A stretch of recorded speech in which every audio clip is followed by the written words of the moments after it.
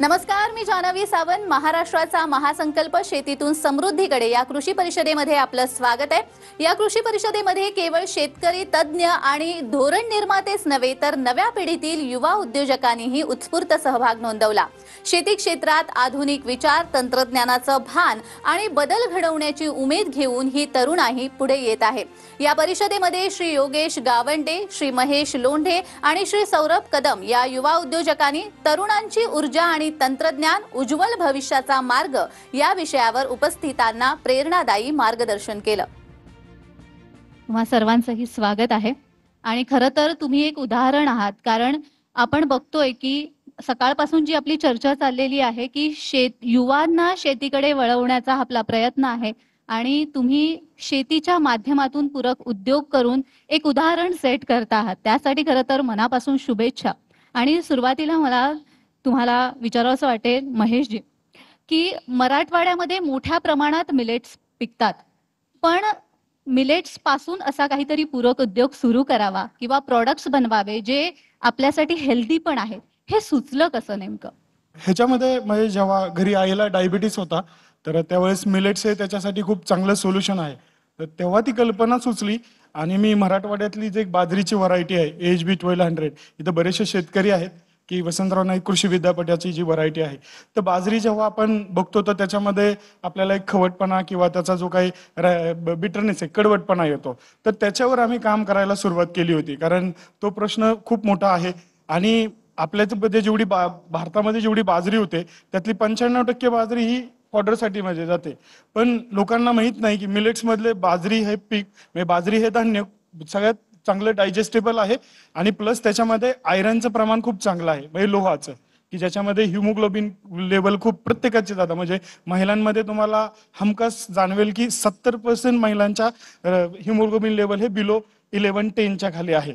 तर ह्याच्यावर आम्ही संशोधन करत असताना म्हणजे मी नाही, आमची पूर्ण टीम, मिलेट्स नाव ज्या कंपनीची टीम आहे, ज्याच्यामध्ये आम्ही 25 लोक आहेत, त्यातले 5-6 लोक हे IIT वेगवेगळ्या फूड टेक्नॉलॉजीज आहे. तर आम्ही हे काम गेल्या 4 वर्षापासून करतोय, ज्याच्यामध्ये आम्ही बाजरीपासून न्यूट्री डब्बा म्हणून आम्ही डेव्हलप केलेला आहे, ज्याच्यात बाजरीचे लाडू असतील, बिस्किट्स असतील, त्याच्यानंतर त्याचे न्यूट्रीबार असेल, खाकरा असेल, असे 7 प्रकारचे प्रोडक्ट आम्ही डेव्हलप केले.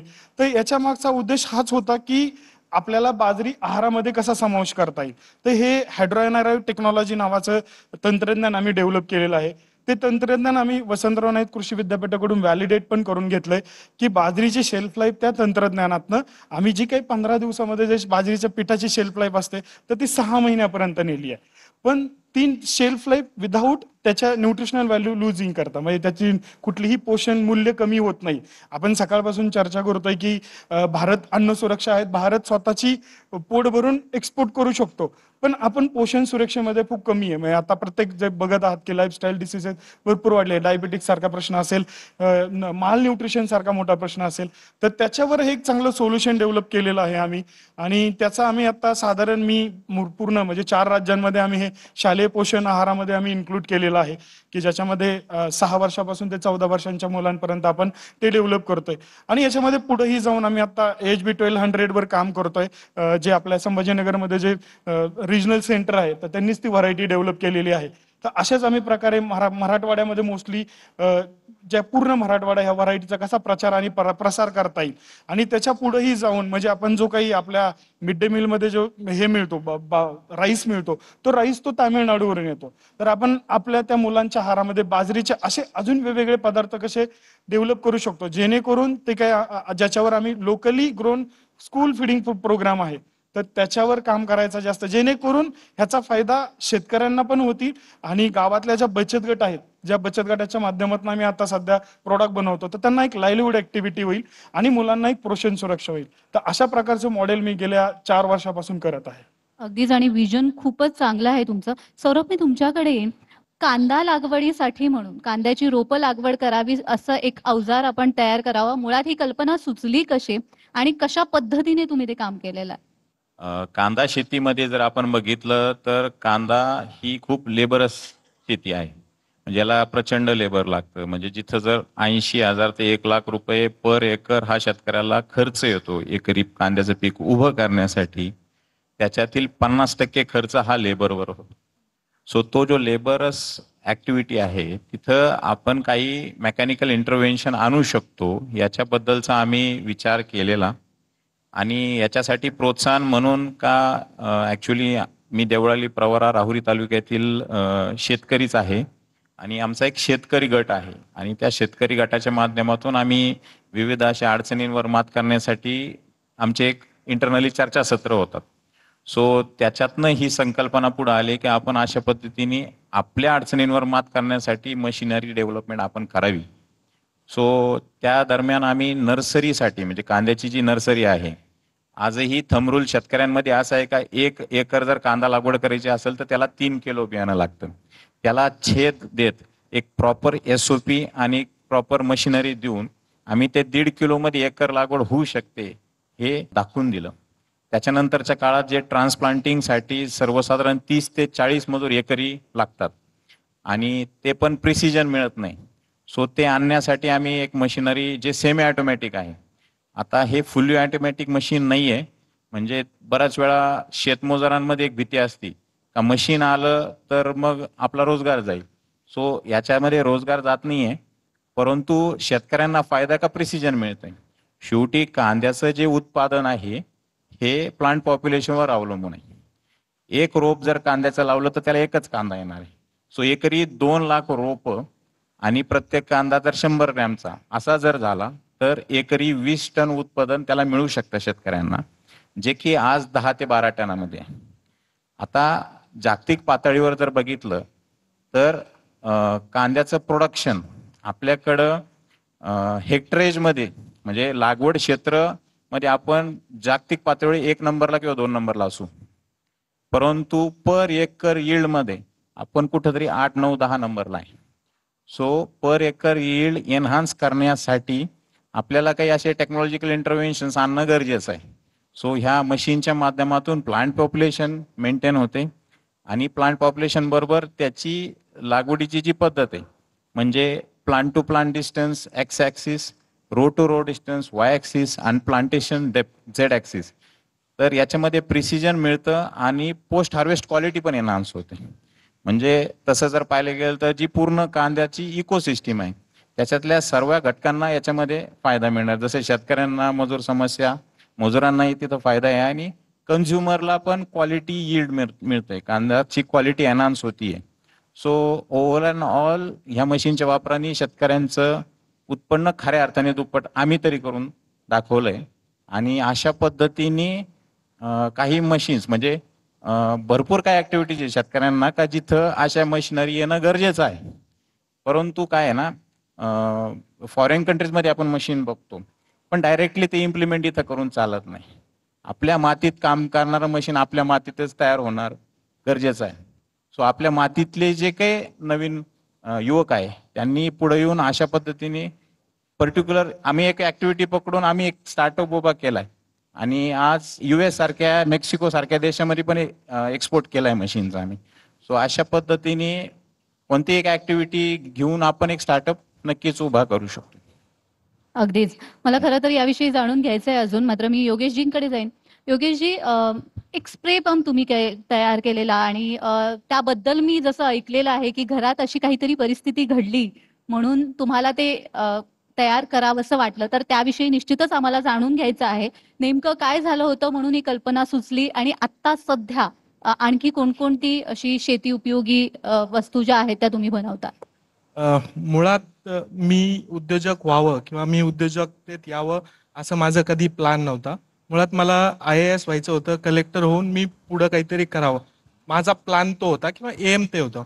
पण मी जेव्हा इंजिनिअरिंगला ॲडमिशन घेतलं तर फर्स्ट इयरला असताना माझ्या भावाला पेस्टिसाइड पॉयझनिंग झालं. त्याला फवारणी करताना विषबाधा झाली आणि त्याला हॉस्पिटलमध्ये ॲडमिट करावं लागलं आणि 2 दिवस तो जवळपास हॉस्पिटलमध्ये होता. त्याला नंतर सुट्टी झाली आणि घरी गेला. पण मी जेव्हा घरी गेलो तेव्हा वडील म्हणाले की तू इंजिनिअरिंग करतोय तर आमच्यासाठी काहीतरी कर. आणि त्यांचा म्हणायचा उद्देश हा होता की तू इंजिनिअरिंग करतोयस तर तुझ्या इंजिनिअरिंगचा शेतकऱ्यांना काहीतरी फायदा होऊ दे. आणि त्यावेळी लक्षात आलं की यार खरंच आपण काहीतरी करायला पाहिजे. आणि फर्स्ट इयर सेकंड सेमिस्टरला आम्हाला एक IC इंजिन नावाचा एक सब्जेक्ट आहे, इंटरनल कंबशन इंजिन, जे आपल्या 2 व्हीलरमध्ये असतं. त्याचं मेकॅनिझम काय तर पिस्टन रेसिप्रोकेट होतो आणि आपलं जे व्हील आहे ते रोटेट होतं आणि तेच मेकॅनिझम आम्ही रिव्हर्स केलं आणि फर्स्ट प्रोटोटाईप बनवला. तो प्रोटोटाईप बनवल्यानंतर तो वर्क झाला. आम्ही त्याला कॉलेजमध्ये प्रेझेंट केलं. तिथं त्याला फर्स्ट प्राईज मिळालं आणि आमचे जे कॉलेजचे डायरेक्टर होते उल्हास शिवरकर सर, त्यांच्या ड्रायव्हरनी आम्हाला असं सांगितलं की इतका चांगला प्रोडक्ट बनवलाय तर तो ज्यांच्यासाठी बनवलाय तो कमीत कमी तुम्ही त्यांच्यापर्यंत पोहोचवा किंवा त्यांना विका. आणि मग तिथून सुचलं की नाही आपण खरंच याच्यावर काम केलं पाहिजे आणि ह्याला शेतकऱ्यांपर्यंत पोहोचवण्यासाठी मी माझ्या आयुष्यातलं पहिलं एक्झिबिशन अटेंड केलं. ते होतं महाॲग्रो 2016 डिसेंबरमधलं. देशमुख सर इथं आहेत. उल्हास शिवरकर सरांच्या म्हणजे त्यांनी आणि सरांनी आम्हाला फ्रीमध्ये स्टॉल दिला. आम्हाला तिथं प्रोडक्ट ठेवण्याची संधी मिळाली आणि तिथून आम्ही पहिल्यांदा शेतकऱ्यांच्या संपर्कात आलो. तिथं आम्हाला जवळपास 60 ते 65 मशीनची ऑर्डर मिळाली आणि तिथून आमची सुरुवात झाली. आता मुळात आम्ही प्रोडक्ट काय बनवला तर शेतकरी काय करतात तर पाठीवर पंप घेऊन फवारणी करतात. याच्यामध्ये काय की तुम्हाला पूर्ण शेतभर पंप पाठीवर घेऊन फिरावं लागतं. कुठेही तुमची इच्छा जरी असली तरी तुम्हाला मध्ये थांबता येत नाही. आम्ही एक असा व्हील बेस स्प्रेअर बनवला की कुणीही सहज त्याला पुश करून फवारणी करू शकतो. एका वेळी तुम्ही 4 ते 6 नोझलनी फवारणी करता. त्यामुळे तुमचा वेळ, पैसा आणि मेहनत या तिन्ही गोष्टी वाचतात. 2016-17ला हा पंप जसा आम्ही मार्केटमध्ये आणला आम्हाला खूप चांगली डिमांड मिळाली. आत्तापर्यंत आम्ही जवळपास 8,000 पेक्षा जास्त मशीन्स विकल्या. वेगवेगळ्या भारतामध्ये 22 राज्यांमध्ये आमचं मशीन पोहोचलं. यासोबतच आम्ही वेगवेगळ्या 5 ते 6 देशांमध्ये सुद्धा एक्सपोर्ट केलं. Kenya, Nigeria, Zambia, Mozambique, Russia, New Zealand. म्हणजे काल आम्हाला न्यूझीलंडची परचेस ऑर्डर मिळाली आमच्या नवीन जो आम्ही बाहुबली स्प्रेअर बनवला त्याच्यासाठी. तर अशा पद्धतीनं आता आम्ही एका स्केलअपच्या पॉईंट ऑफ व्ह्यूने सध्या काम करतोय आणि एक्झॅक्ट जो शेतकऱ्यांना प्रॉब्लेम आहे म्हणजे मी ह्या मागच्या 8-9 वर्षात काय शिकलो तर शेतीमध्ये प्रॉब्लेम आहे किंवा प्रत्येक क्षेत्रात काही ना काही प्रॉब्लेम असतो. आपल्याला त्याच्यावर मात करायची असते आणि पुढे जायचं असतं. आता शेतीमध्ये म्हणजे ज्या गोष्टी आपल्या कंट्रोलमध्ये आहे ऍटलिस्ट आपल्याकडे त्याचं सोल्युशन असायला हवं. आता हवामान बदलतं किंवा बाकी सगळ्या पाऊस आपल्या हातात नाही. पण मी समजा जर एखादी कंपनी चालवतोय तर तिथं मॅन पॉवर अवेलेबल नसेल तर मी तिथं ऑटोमेशन करतो.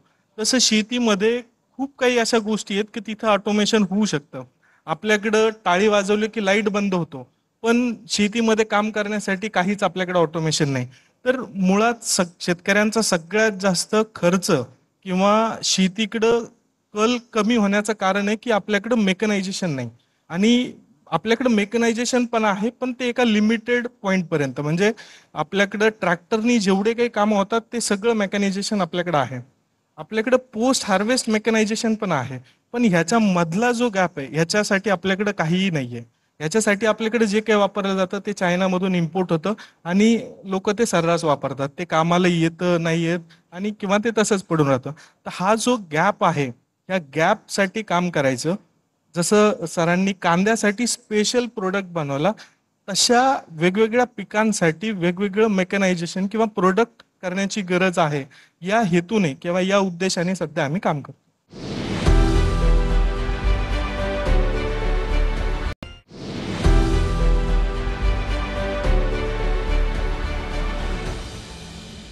मी महेशजीकडे येईन की जेव्हा आपण एखादा खाद्यपदार्थ बनवत असतो तेव्हा खूप काळजी घ्यावी लागते. कारण खाण्याच्या बाबतीत सुरक्षा म्हणा किंवा सगळी साफसफाई, स्वच्छता आणि मुळात आत्ता आपण जे पॅकेज्ड फूड खातो त्याच्यामध्ये प्रिझर्वेटिव्ह वापरले जातात जेणेकरून ते जास्त काळ टिकावं. तर त्यासाठी मला विचारावं असं वाटेल की कशा पद्धतीने तुम्ही हे प्रोडक्ट्स बनवता, प्रिझर्वेटिव्हचा वापर केला जातो का आणि आतापर्यंत जे प्रोडक्ट्स तुम्ही बनवलेत इतके वर्ष तुम्ही हा व्यवसाय करताय यामध्ये तुम्हाला कोणकोणत्या समस्या आल्या? आम्ही जे प्रॉडक्ट बनवतो आता तर ते सगळे म्हणजे आपण म्हणतो की आता सध्या पोषण सुरक्षेबद्दल बोलतोय तर त्याच्यामध्ये अफोर्डेबल नाही आहेत ते प्रॉडक्ट. तर आम्ही तोच प्रयत्न करतोय की मिलेट्स भरडधान्य जे असतील आपले जे आपण मागच्या दोन वर्षापूर्वी आपण आंतरराष्ट्रीय भरडधान्य वर्ष साजरी केलं तर यासाठीच केलं की पोषण मूल्य आपल्याला जी कमी पडत चाललंय. जे आपले सस्टेनेबल डेव्हलपमेंट गोल आहे ज्यातलं सेकंड 0 हंगर जे आपल्याला 2030 पर्यंत अचीव्ह करायचंय तर आपण सध्या भारत हा निगेटिव्ह मध्ये आहे. का तर त्याच्यामध्ये जे न्यूट्रिशियस प्रॉडक्ट आहेत ते सगळे अफोर्डेबल नाही आहेत लोकांना किंवा ॲक्सेसिबल नाही आहेत. तर आम्ही आमच्या प्लॅटफॉर्मच्या माध्यमातून जे मिलेट्स नावच्या माध्यमातून आपण तोच प्रयत्न करतोय की आपले जे भरड धान्याचे प्रॉडक्ट आहे ते वेगवेगळ्या फॉर्ममध्ये लोकांपर्यंत पोहोचावेत, की ज्याच्यामध्ये कुठलंही प्रिझर्वेटिव्ह नसावं, कुठलंही फ्लेवरिंग एजंट नसावा किंवा त्याच्यामध्ये अजून कुठलेही हजार्डस कुठल्या अल्ट्रा प्रोसेस नसावं. तर आपण ही काळजी आपण जेव्हा प्रॉडक्ट बनवतो तेव्हा करतो. जसं आता बिस्किटाचं जे उदाहरण घेतलं की जेव्हा आपण बिस्किट खायला जातो तर बिस्किटामध्ये भरमसाठ म्हणजे पूर्ण मैद्याचं असतं. सेकंड, त्याच्यामध्ये पूर्ण साखर असते. म्हणजे आता तुम्ही प्रत्येक सीबीएसई स्कूल्समध्ये शुगर बोर्ड स्थापन केलेले आहेत आता, तर त्याचे परिणाम माहिती झाले प्रत्येकाला आता.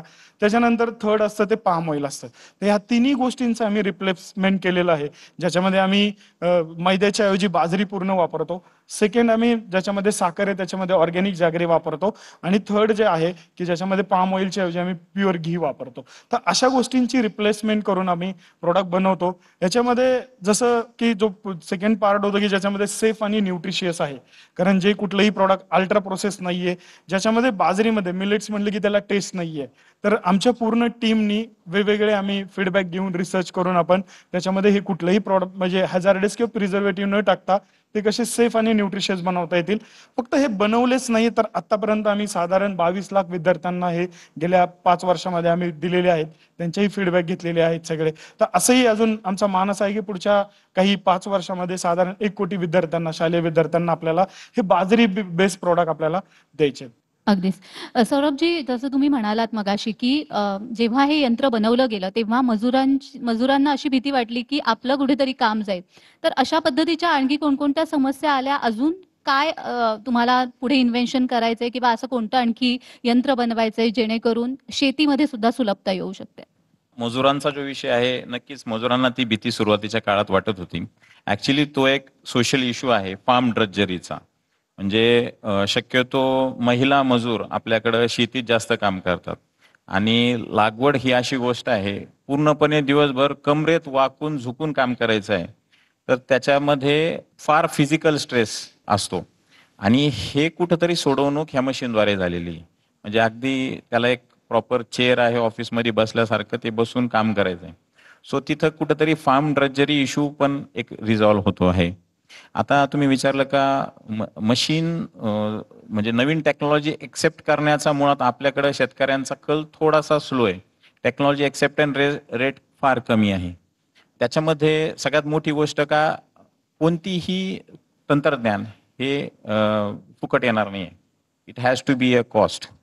सो नक्कीच ह्या सगळ्या गोष्टी कॅपिटल इंटेन्सिव्ह आहे शेतकऱ्यांसाठी. आज तसं पाहायला गेलं तर शेतकऱ्यांच्या खिसात पैसा नाही आहे आणि त्याला ही टेक्नॉलॉजी एक्सेप्ट करायची असेल तर पहिलं सगळ्यात आधी का त्याला ती कॉस्ट बिअर करायची. सो अवेलेबिलिटी ऑफ कॅपिटल्स, आता त्याच्यामध्ये गव्हर्नमेंट पण त्याच्यामध्ये मदत करते. जसं की सबसिडी स्कीममध्ये काही शेतकऱ्यांना मशीन्स मिळत आहे. सो ते पण एक फायद्याची गोष्ट आहे. दुसरी तो ॲक्च्युली एक टेक्नॉलॉजी बॅरियर आहे की हे मशीन चालण्यासाठी जे ट्रॅक्टर शेतकऱ्यांकडे आहे तो रेग्युलर ट्रॅक्टर चालत नाही आहे. त्याला एक स्पेशल फीचर असणारा ट्रॅक्टर ज्याला क्रिपर गिअर म्हटलं जातं. सो तो क्रिपर गिअरची अवेअरनेस शेतकऱ्यांमध्ये तयार करणं हा एक थोडासा आमच्यासाठी चॅलेंजिंग विषय होता. आणि हे सगळं करून शेतकरी आज समाधानी कुठे का त्याचं उत्पन्न वाढतंय, त्याला जी क्वालिटी मिळते त्याच्यानं त्याला मार्केटमध्ये दर आहे चांगला मिळतोय त्या कांद्याला. आता बाकी तुम्ही जे विचारलं का भविष्यात अजून काही मशीन्स आपल्याला करायचे, तर नक्कीच कांदा शेती असा आहे का त्याचं पूर्ण एंड टू एंड मेकॅनायझेशन आम्ही शोधतोय. जसं पहिला टप्पा नर्सरीचा होता, त्याच्यात काही इंटरव्हेन्शन्स आहे. दुसरा टप्पा ट्रान्सप्लांटिंगचा आहे, कांदा लागवडीचं मशीन आपण प्लांटोमेट नावाने मार्केटमध्ये आहे आपलं. आणि भविष्यामध्ये कांदा काढणीचं मशीन, मग मार्केट लिंकेजमध्ये ग्रेडिंगचं मशीन, असे काही इंटरव्हेन्शन एका क्रॉपच्या सायकलमध्ये जर आपण केली तर नक्कीच त्याला मार्केट आहे. अगदीच. योगेशजी, थोडक्यात मला विचारावंसं वाटतंय तुम्हाला शेवटचा अगदी प्रश्न की जसं आपण बघतो एखादी टेक्नॉलॉजी आपण इन्व्हेंट करतो, 10 वर्षानंतर त्याचं महत्व किंवा त्याच्यामध्ये काहीतरी इनोव्हेशन नवीन येतच असतं. तर अशासाठी तुमचे काय फ्युचर प्लॅन्स आहेत? जे आम्ही जे काही प्रोडक्ट्स बनवले त्याच्यावर तर आम्ही काम करतोच आहे, पण ह्याच्यासोबत काय की जे प्रोडक्ट मी डेव्हलप करतो ते मी संभाजीनगरमध्ये डेव्हलप करतो आणि ते प्रोडक्ट जर मला मध्य प्रदेशमध्ये विकायचं किंवा आंध्र प्रदेशमध्ये विकायचं, तर तिथं ते वापरणं कठीण होऊन जातं. कारण प्रत्येक 100 ते 200 किलोमीटर नंतर आपल्या शेतकऱ्यांची मानसिकता बदलते, त्यांचा सीड सोईंग जो पॅटर्न आहे तो बदलतो, त्यांचे जे काही काम करायची पद्धत आहे ती बदलते. मला जर एक मशीन मी जे काही बनवलं हे सगळीकडे वापरायचं आहे, तर ती मशीन म्हणजे एक युनिकनेस किंवा जो काही फॉर्मॅट आहे तो कॉन्स्टंट असायला हवा, आणि तो आपल्याकडे नाहीये. हे मेन कारण आहे. म्हणजे हा जो मधला गॅप आहे, आज आपल्याकडे ट्रॅक्टरनी पेरणी होते, नांगरणी होते, बाकी सगळ्या गोष्टी होतात, त्याला एक फॉर्मॅट आलेला आहे. पण हे जे काही मिडल ऑपरेशन्स आहेत त्याच्यासाठी आपल्याकडं काहीच ठरलेलं नाहीये. म्हणजे सोयाबीन मी 9 इंचावर पण पेरतो, 12वर पण पेरतो, 15वर असतं, 18वर असतं. मग मला जर मशीन बनवायचं तर मी 9 इंचाच्या हिशोबाने बनवायचं की 18 इंचाच्या हिशोबाने बनवायचं, की ऍडजस्टेबल करायचं. काही वेळा असं असतं की ऍडजस्टेबल करणं पॉसिबल होत नाही. तर मी आता अशा एका संकल्पनेवर काम करतोय की त्या रिजनमध्ये प्रत्येक गावात एक फॅब्रिकेटर असतो. त्या फॅब्रिकेटरला तिथं लागणारं जे काही इक्विपमेंट आहे किंवा तिथं लागणारी जी काही मशिनरी आहे ती त्याला तिथंच बनवता यावी, तिथंच त्याला ती विकता यावी, आणि शेतकऱ्यांना पण जो काही आफ्टर सेल सर्व्हिस लागतो तोही त्यांना तिथंच मिळावा. या उद्देशानं आम्ही जे काही कंपोनंट्स आहे, जसं की गिअर बॉक्स आहे, क्लचेस आहे, किंवा त्याला मशीन बनवण्यासाठी जे काही स्पेअर पार्ट्स लागतात, तर अशा स्पेअर पार्ट बनवणं आणि ते त्यांच्यापर्यंत पोहोचवणं, आणि मेकनायझेशन जास्तीत जास्त पुढं जावं त्या एरियामध्ये तिथल्या डिमांडनुसार, याच्यासाठी आम्ही इथून पुढे प्रयत्न करतो. अगदीच, आणि त्यासाठी खूप खूप शुभेच्छा. तुम्हा तिघांनाही शुभेच्छा. आणि इथे जे युवा बसलेले आहेत त्यांच्यासाठी हे खरं तर उदाहरण आहे. त्यामुळे निश्चितच तुमच्या मार्गदर्शनाचा त्यांनाही फायदा होईल. धन्यवाद, तुम्ही इथे उपस्थित राहिला त्यासाठी. पुन्हा भेटूया पुढच्या भागात. तोपर्यंत नमस्कार.